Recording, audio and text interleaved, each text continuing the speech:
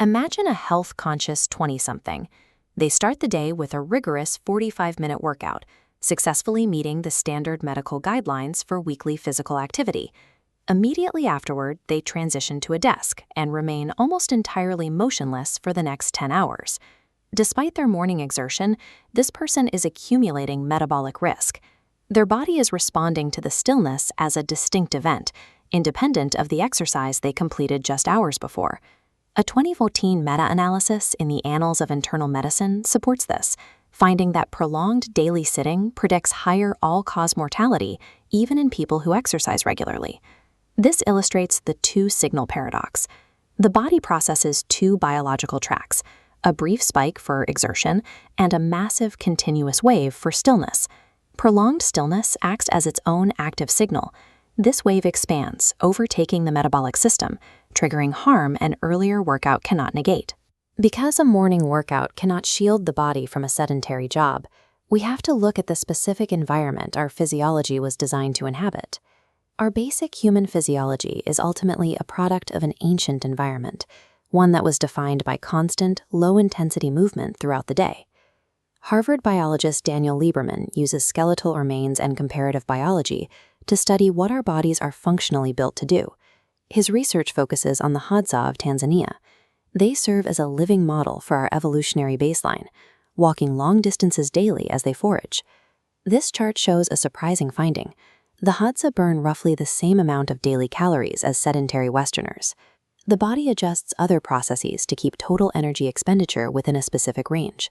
Because total energy use is similar, the protection the Hadza enjoy from metabolic disease stems from the rhythm of their movement, rather than the total energy they expend. We have to account for the fact that the Hadza live with vastly different diets and communal sleep patterns than we do. However, even when those variables are isolated, the data reveals a massive difference in how daily movement is distributed throughout the day. This comparison shows two ways of movement. On top is the modern habit, one intense workout followed by a flat line. Below it is distributed movement, small, frequent spikes spread evenly across the day. In the first model, the long periods of stillness trigger metabolic risk markers. In the distributed model, frequent movement resets the signal, keeping the metabolic baseline entirely in a healthy state. Biological health relies on this continuous rhythm of movement to process energy. A single daily session fails to meet the requirement of these underlying systems.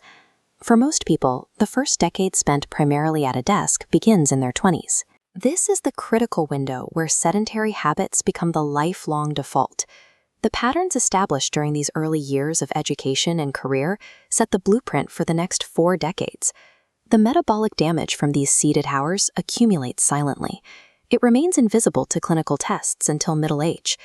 This hidden biological debt accrues even if you are consistent with your morning exercise throughout those years. By age 40, the invisible damage caused by the stillness signal is often already locked in. Preventing this requires active distribution of movement to break the stillness signal before it can trigger harm. This is the basis of a simple test. Once an hour, every hour, you must stand and move for at least 2 minutes. This interval is mandatory, regardless of whether you completed an intense workout earlier that morning. These 2-minute walks act as a biological reset, addressing the sitting-specific harm that exercise alone cannot solve. Lasting metabolic health requires a permanent shift in how you move throughout the day, rather than a brief workout used to compensate for hours of stillness.